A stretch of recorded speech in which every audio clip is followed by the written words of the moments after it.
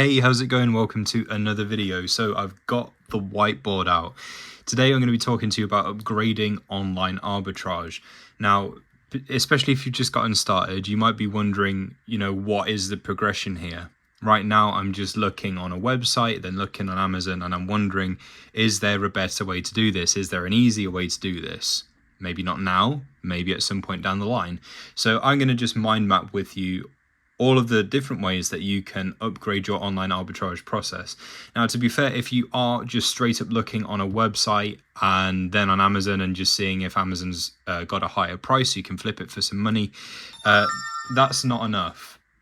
You need to be able to know all of the fees, the sale rates, the BSR, if there's any IP claims or anything like that that's going on a listing. You need to know a lot about the listing before you can sell. There's way more to it than just if Amazon has a higher price. So I'm sure most of you will know this already, but just in case, you need to be able to analyze deals with none other than a deal analyzer. So in this case, the one I'm going to recommend to you is BuyBot Pro. Hopefully you can see that. It's a bit hard to write with a board like that. But yeah, BuyBot Pro is the one. And if you get BuyBot Pro, you also get BuyBot Go as well, which is the mobile app for retail arbitrage, which brings me to my next point. You could mix up online arbitrage and retail arbitrage. Both methods go together more or less hand in hand. So your main one might be online arbitrage, but if you go to the store for some groceries, you might as well just do a bit of retail arbitrage whilst you're at it. So you could add in some RA, and that's when the BuyBot Go app will come in handy, because you can just scan barcodes of things and analyze on the spot. So yeah, a deal analyzer is a great way to make online arbitrage a lot easier. I would say that it's a necessity. I would say it's very hard to do Amazon and achieve a level of success without a deal analysis tool. Also, with that being said, BuyBot Pro can help you source in some ways by enhancing your storefront stalking process or your retail arbitrage process, because it shows extra bits of information that you wouldn't see otherwise on other sellers' listings. So that's quite a good one. And that brings me to the next point anyway. So it's probably worth varying up your sourcing techniques.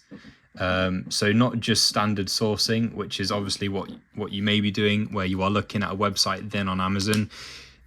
Reverse sourcing is kind of like the unsung hero. It's one of my personal favorite methods. And even though it's as simple as doing it the other way around, so you're looking on Amazon first for what's doing well, then you're seeing if it's available in any stores for a decent price, I would say that has well, for me, it's presented a greater yield of products than standard sourcing. But that can be different for everyone. Some people prefer standard, some prefer reverse sourcing, some prefer storefront stalking, and that is where you are looking at another seller's storefront on Amazon, and you're basically looking at what they sell and seeing if you can maybe grab some inspiration for similar products that you may want to sell. Maybe you're going to do the same products, I don't know. But obviously with storefront stalking, you do need to take things with a little pinch of salt, because it could be that you're looking at an item whereby actually the seller's trying to get rid of it because it's not working out. So you do have to take these things with a little pinch of salt. But obviously a deal analyzer goes a long way to helping you understand if those products will work or not. And obviously if you see that another seller's got a ton of, say, Lego products, obviously there's going to be something going on there. Maybe a store's holding a sale.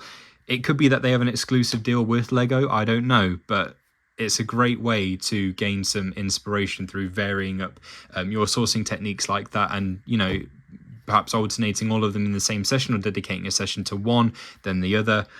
Completely up to you, but that can really help shake a few more winning products loose from the tree.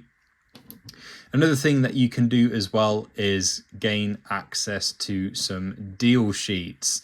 Now, deal sheets is basically a portal that will be filled with deals, and there's plenty of services out there that offer a deal sheet, and all you do is just wait, and usually the company will have a team of virtual assistants who are finding deals, and they should be meeting a certain criteria. I would advise that you check with the deal sheet service what kind of criteria they have, if they can share any details about that. And also you want to understand things like deal distribution. If, say, 100 customers are signed up to a deal sheet service, and if they don't cap the number, it's going to be a bit problematic. And also, if everyone is getting the exact same deals, those deals will likely become saturated, and that's not going to be very good for you at all. So it's worth asking those questions if you can't see anything indicating any of those bits on the main website. Also, something that goes hand in hand with that is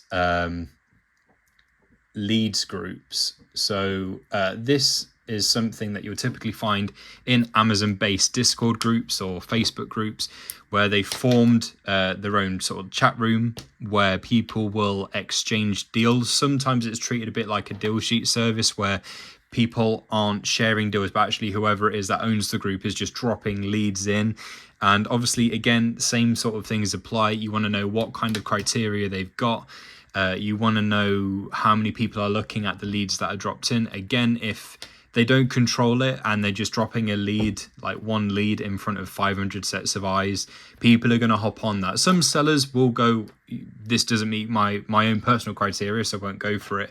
Some sellers will just understand that, oh, hey, this will get saturated, but the vast majority will just hop on those listings thinking that they're going to work well, but actually you've got 70 other people in that group hopping on the same thing. So yeah, it's not very good. But a well-run leads group is obviously great to have, and it means a little bit less work for you. Another thing for down the line is a VA, otherwise known as a virtual assistant. Now, this is someone that you can hire who will do tasks like sourcing and deal analysis for you. Some sellers give their VAs admin work to do. Some get them involved with repricing. I mean, you can get your VA involved with whatever it is you want them to be involved with, but the safest tasks to have them involved with, and what most sellers will have them involved with, is sourcing and deal analysis. Those are the main two. And obviously, if you've got someone doing something like that for you, it takes a lot of work off of your shoulders, and you don't have to spend as much time doing sourcing. You can focus on other areas of your business if that's what you want to do. Or it just means that you really max out the sourcing time in your business by having you do it and a virtual assistant do it. So it's a great thing. And on that note, something else that you can do as well to upgrade the online arbitrage process is, and this might sound like total common sense, but try varying up your stores. There's some sellers that will repeatedly visit the same array of stores, and they might not get a great yield from those stores. There's no harm in trying stores that you've not tried before. Absolutely no harm at all. In fact, it's just another opportunity and something for you to explore. So try varying up your stores, and if you're looking at the same ones and you're not getting any results, try looking at different ones. On the back of that, for quicker sourcing, you might want to try a bit of software called Sellability. So let me write that down here. Sellability. Now, this is basically a hub where hundreds of well-known popular retail stores are held, and all you do is just click the retail stores that you're interested in on that day when it is you're going to do some sourcing, and it will scan through that store's website in a matter of minutes and bring you a list of results of potential deals. And all you do is just sift through using the filtering system to help you narrow down any specific deals that would meet your own personal criteria. So it cuts down a ton of the work. So you might spend an hour, 2 hours, 3 hours, I don't know, looking in one store, and Sellability will look through that for you in a matter of minutes. Then all you need to do is just spend a little bit of time looking through the potential deals there to see which ones are going to work out for you. On that note, Sellability and Buybot Pro, they both have free trials. So if you aren't yet using them, give them a try. See how well they work for you. See what you can do with them. Because they have a free trial, you've basically got everything to gain and nothing to lose. Because, hey, if it's not quite your cup of tea, you can just cancel before the free trial ends. But I'm sure you'll love both of these tools. I can't recommend them enough. The last thing that I would probably mind map here is a prep center. Now you might be thinking, what's that got to do with online arbitrage? But if you can outsource your prep to a prep center, and I'm actually going to make a recommendation here, so I need another line. I'm going to write down another name up here. Hopefully you can read that. Skewific. And that is a UK-based prep center. Unfortunately, I've not personally used any that are in the US, so I can't make a solid recommendation there.